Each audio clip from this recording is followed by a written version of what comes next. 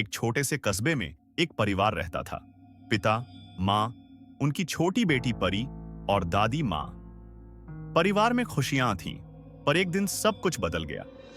परी अपनी माँ के साथ बाजार गई। वहां उसने एक पुरानी सी दुकान में एक गुड़िया देखी, काले बाल, लाल आंखें और फटी हुई फ्रॉक में लिपटी हुई।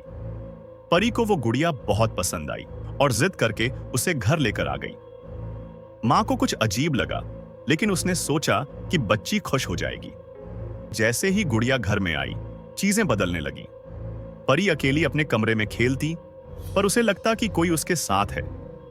एक दिन माँ ने देखा कि परी हवा से बातें कर रही है। मम्मी, ये मेरी नई दोस्त है, उसका नाम छाया है, परी ने मुस्कुराते हुए कहा। माँ डर गई। छाया कौन? वही जो गुड़िया के साथ आई है, वो भी मेरी तरह की है, परी की आवाज फुसफुसाही थी। दादी माँ ने गुड़िया को देखते ही कहा, यह साधारण गुड़िया नहीं है, इसमें टोना है, हमें इससे छुटकारा पाना होगा। लेकिन तब तक देर हो चुकी थी। डरावना खेल एक रात दादी माँ की चीख सुनाई दी। सब कमरे में दौड़े। दादी माँ बेहोश पड़ी थीं और गुड़िया उनके पास बैठी थी, अपने लाल चमकते आंखों के साथ। वो मर चुकी थी, बिना किसी चोट के, लेकिन चेहरे पर आतंक था। परी कमरे में खड़ी थी, ठंडी हवा में बुदबुदाते हुए। छाया ने कहा था, जो हमें अलग करना चाहेगा वो वापस नहीं आएगा।